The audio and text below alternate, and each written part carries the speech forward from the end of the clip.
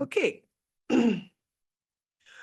So actually, many of you maybe already know this or not, but I thought that let me introduce myself a little bit for those of you who don't know who I am.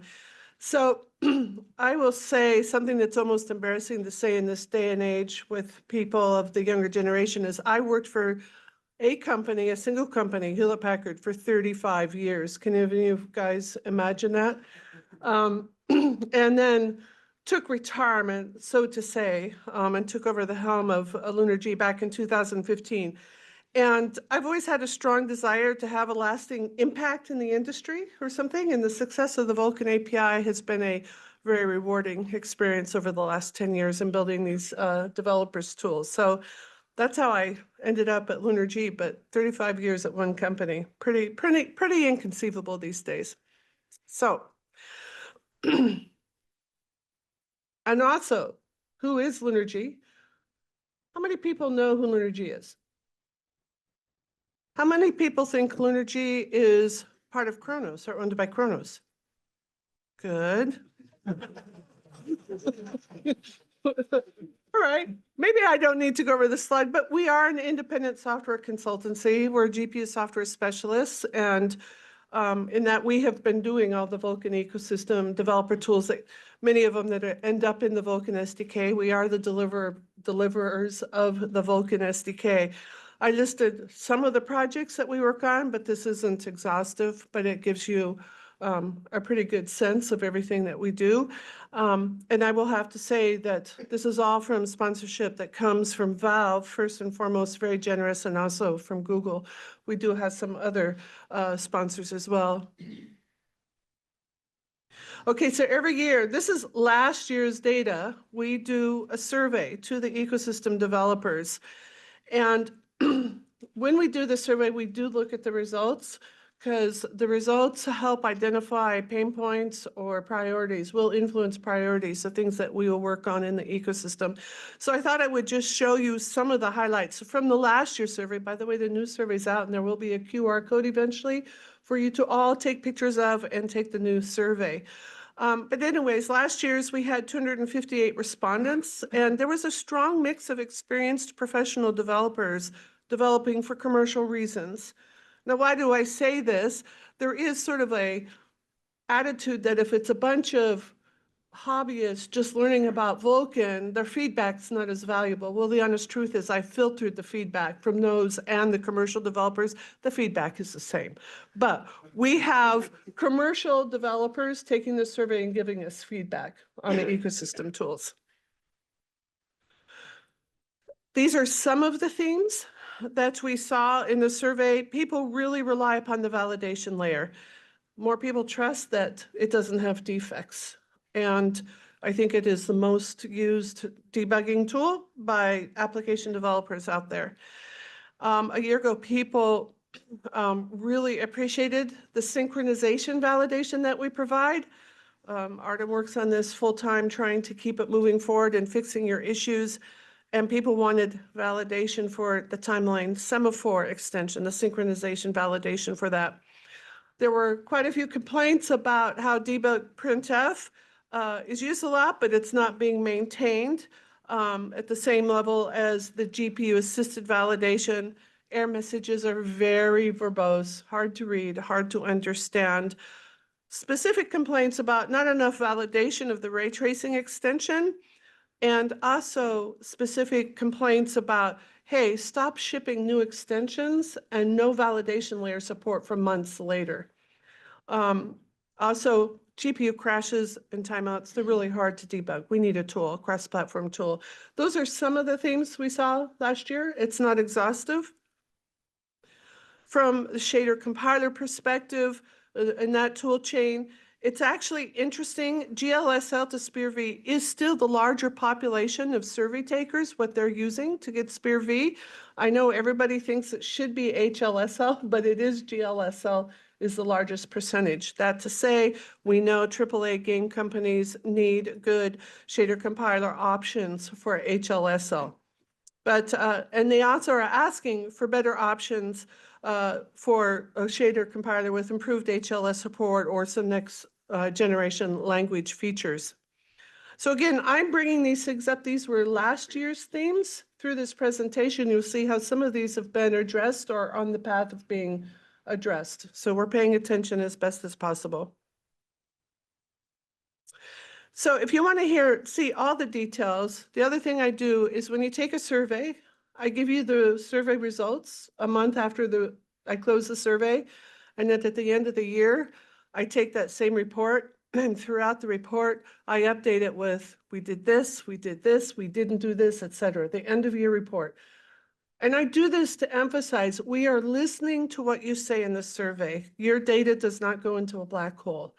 And so this is, that communication back of what we're trying to do. So I did put the link in here for that end of year report, if you're interested in going and looking at that and seeing more detail. And again, time to get your phones out. The 2025 survey has been up for about a week, and I highly encourage all you guys, you are the audience of this survey, go take it, give us your feedback. Pause for a moment.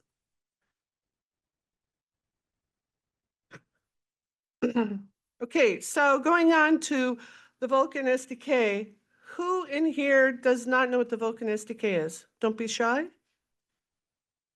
Oh, good, Charles. You and I need to have a discussion after this presentation. Okay. So everybody knows about it. You can download it from vulkan.lunarg.com, Windows, Linux, and Mac versions, as you see.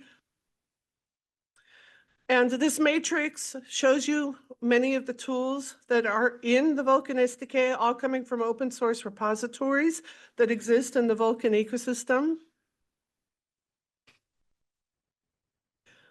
So how many people know why they're using the SDK? I hope these are some of the reasons why.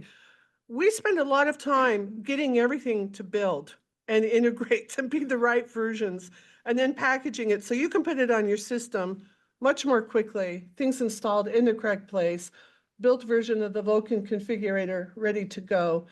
It comes from over 22 repositories. Each and every one of you could do that individually if you want, but I can tell you that we spend a week, probably 2 weeks of calendar time with each SDK, with multiple engineers working out issues to get this all to integrate. So I think we're saving a lot of people effort and trying to make this easier for the application developers. And also for those of you who may have companies that are concerned about what licenses are being put inside the walls of our company, we do also have a license registry that will detail for each binary in that SDK, what are all the licenses that contributed to that. All right, so last summer, so now I'm going to start talking about some of the things that have happened over the last year. So we added Windows 11 on ARM SDK last July. So now we have yet another platform that we're supporting, but there was some growing interest in this platform in the industry. We also added this copy-only option to the Windows SDK. There were people who say, I want to install this.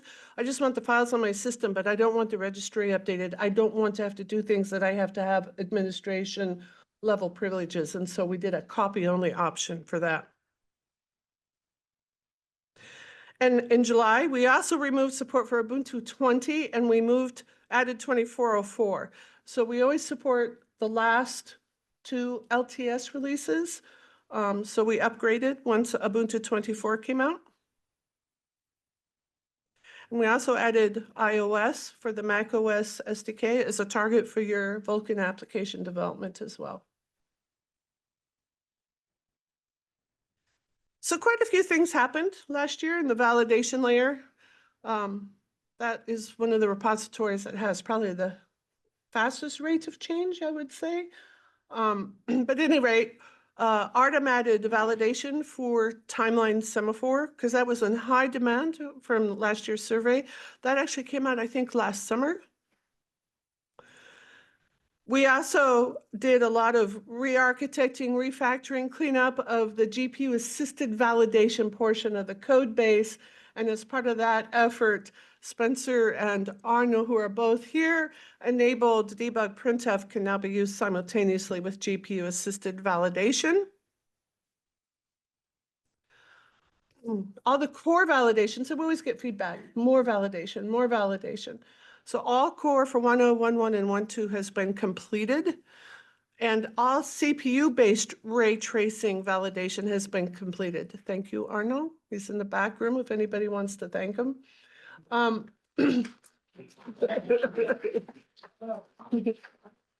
It's turning a little bit red.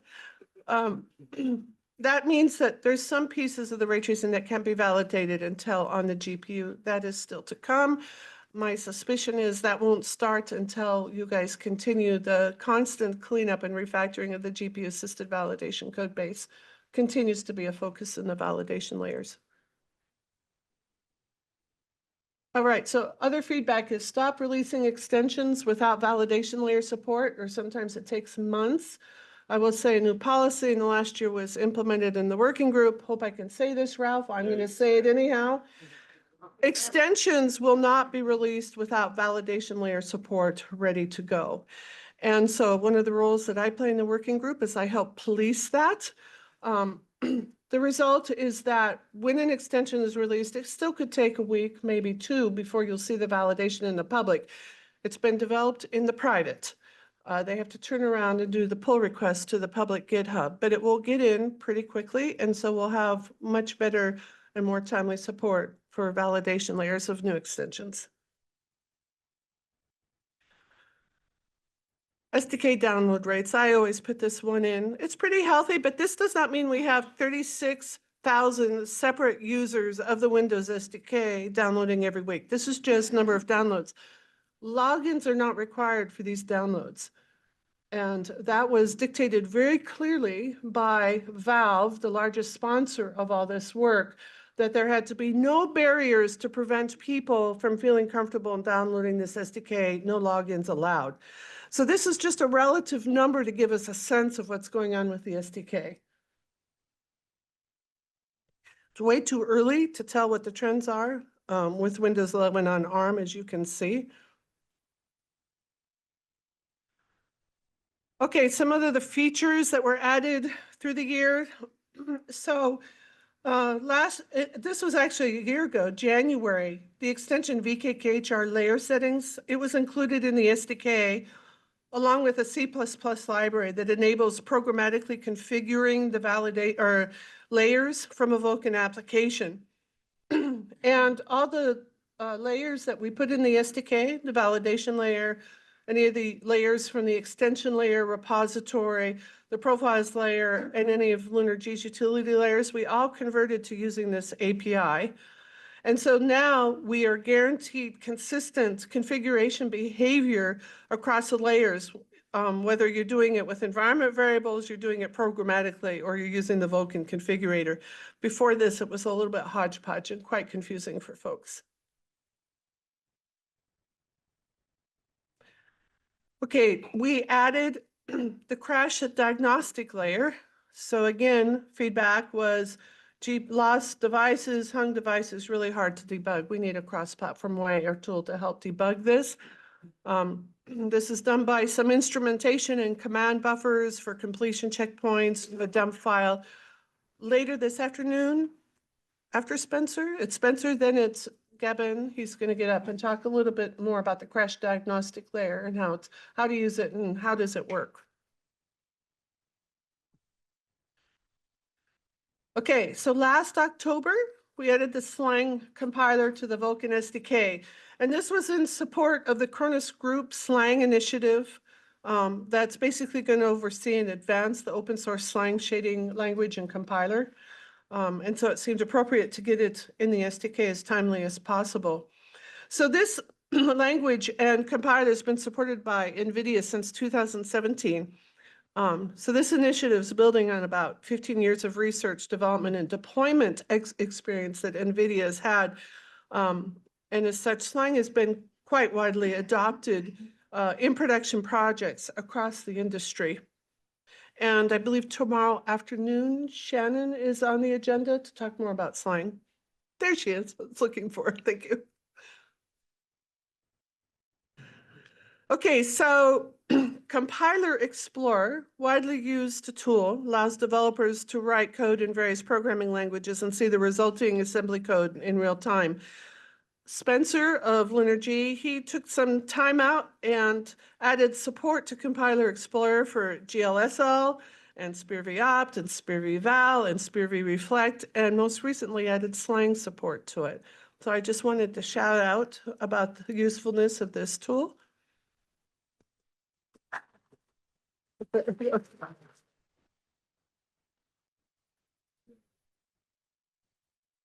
Okay, so January was when the SDK came out that supported 1.4.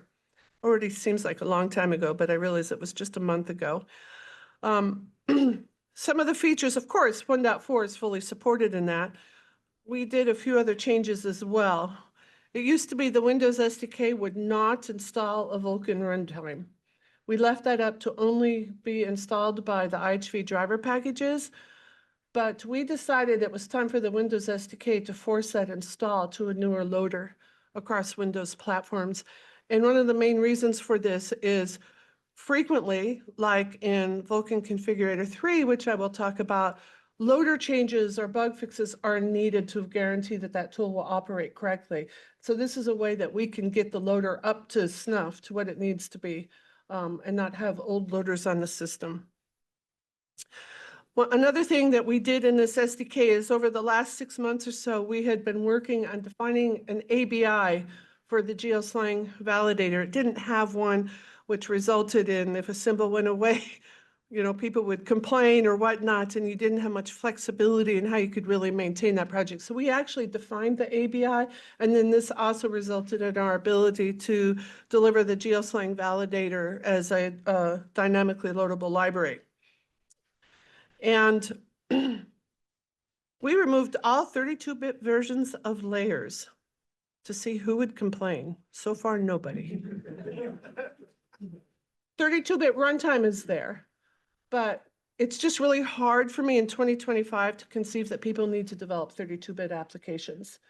And we are constantly looking for things to stop doing because we need to get rid of that bloat so we continue to be agile moving into the future. All right, so we just released Friday, actually, the .1 SDK. We call them .SDKs. The key about a .SDK is that the header version does not change. So in theory, we can roll the SDK very quickly if the header version doesn't change. This one wasn't a fast one because we decided to throw in a little bit of new functionality here. Some of this we wouldn't have thrown in a .SDK, except that the key developer of Vulkan Configurator decided to crash into a barricade on his bike going down a mountain and break 7 ribs and puncture his lung, and it affected our schedules a little bit. So we delivered it in a .SDK. So there's 3 key things that we put in here. The first one is the portable ray tracing support and graphics reconstruct. And at the Linergy table out in the break area, Fabian is back there and he's demonstrating that for you. We'll tell a little bit more about that. One of the things that people complained about in ecosystem surveys is, man, that Vulkan spec, it is so slow to load. Please speed that up when it comes to our validation layer error messages. So we have a solution for that.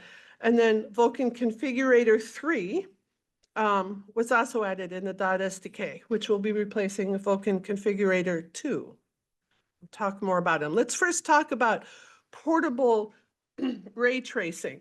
So what does this really mean? It means that there's tracking done at capture time and then translation done at replay time for device that allows for some device independence. And this is done for buffer device addresses, shader group handles, and acceleration structures. And this is useful for application developers because of bug reporting across different vendors that you can now do. But there's additional benefits that we will be able to realize more in the future. Some of the work behind the scenes that's doing this translation that Fabian has started helps support the very fact that Vulkan is becoming more and more GPU-centric, and we need lots of device-independent address translations. So Fabian wrote a white paper on what he did. I put the link to it here. And again, visit the Linergy table discuss it more with Fabian. He's certainly a lot smarter than me and can tell you more about what he's doing there. Okay, so back to those slow spec load times. I don't know, maybe 6 years ago, I can't even remember at my age. Everything seems to be really fast and just yesterday. But when we build the validation layers to be included with the SDK, we have an option when we build them to replace so that the URLs that get put in the error message point to the version of the specification for that SDK, not just top of tree, right? Because the specification continues to evolve. We want it to point to the one relative to what the SDK is for. Well, when we did this, it pointed to the single file HTML. That's what we had 6, 7 years ago. Problem is, if you load that in your browser, chokes things up pretty bad. It's very, very slow, very frustrating. So what we did, Marty's been running a documentation project. Many of you guys know about this documentation project. It's using Antor to build a static website, in essence, of the specification and lots of other Vulkan documentation. There were 2 features we needed from that project. First of all, we needed the ability to not only build the top of tree. We want to build for a specific SDK version. And second of all, we needed some meta language inside those builds so that we could reference a VUID and have it go directly into the specification for that VUID. I got these things recently. This is what we slid into home base because last year at Vulkanised, someone asked me, when are you going to integrate this into the SDK? Literally, we did this just last week. So we just got it in time. So now what happens is from your validation layer, error messages from the SDK, if you go to that URL, it loads the Antora built version of the specification and it loads very quickly. And I deleted the HTML single file link from the SDK documentation. All right, Vulkan Configurator 3. This has been actually quite a bit of work that's been going on for a period of time. You learn as you develop an application what was good about it and what could improve, and this is, learning that and trying to put it into action. So Christoph is the primary engineer on this, and he made some key enhancements to this tool around improving the layers. They're loaded and how they're selected. You can have multiple versions of a layer, of the same layer. You can explicitly see what you're selecting, the layer version you're selecting by configuration. You can have more control over how you order the layers, drag and drop user interface to it. The executables that you're launching from Vulkan Configurator, you can have multiple sets of options per executable. And there was more logging enhancements added that also aids in system diagnosis, because the Vulkan loader, if you has a lot of information, will tell you, what ICDs is it seeing, et cetera. And we're making this information more easily available from Vulkan Configurator 3. If this works, yes, it does. An animated GIF from Christoph, because he wasn't able to be here. So this one is demonstrating how you can create configurations for different versions of the validation layer. So it starts by duplicating a validation layer configuration, giving him 2 separate names. So I think 275 he wants. And this one, what does he want it to be? Latest. Okay. And then he goes and finds 275 version of the layer that he has on his system and enables that.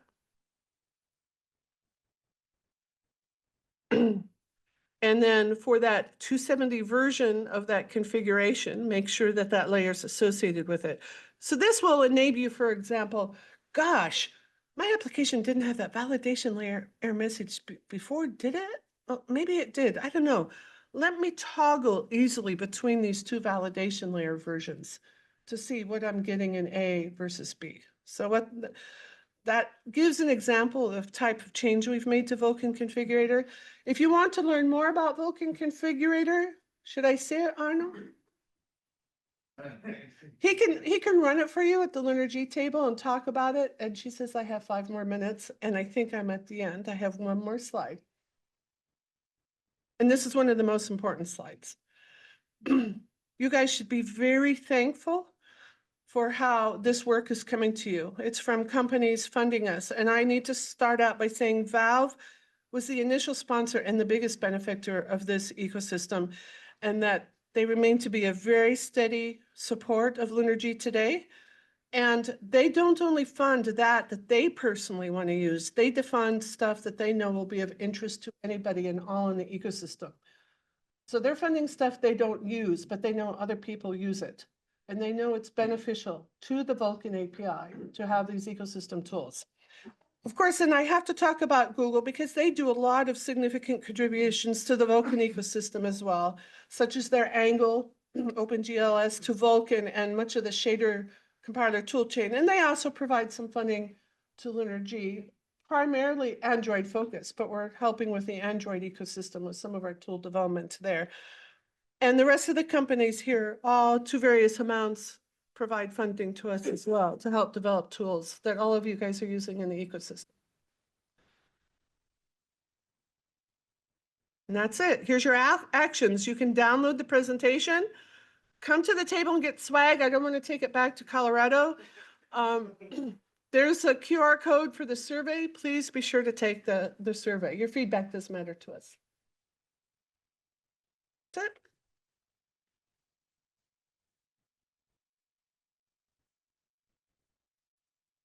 Are there any questions at all? Well, firstly, just let Christoph know, get well soon.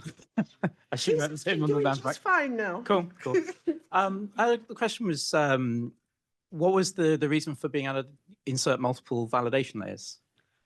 What was the reason for supporting You said multiple in versions? the configurator 3 that you can insert a layer. He gave a validation layer because, again, like, for example, someone might be developing, the validation layers do change constantly, right?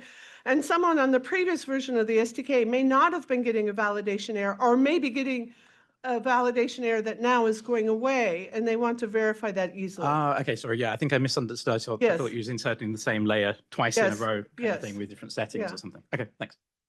Yeah, I don't have any question. I just have a couple of comments. First of all, thanks to LunarG and specifically Spencer for developing the validation for device engineering commands at the same time as we were working on CTS tests and the extension. Yeah, and I have to emphasize, this is for everybody. This is one of the big benefits of validation layer development going on at the same time that conformance test suite development's going on, because they're collaborating and giving feedback to each other, and it's making the specification better before it gets into your hands. So this is really beneficial. Absolutely, yeah.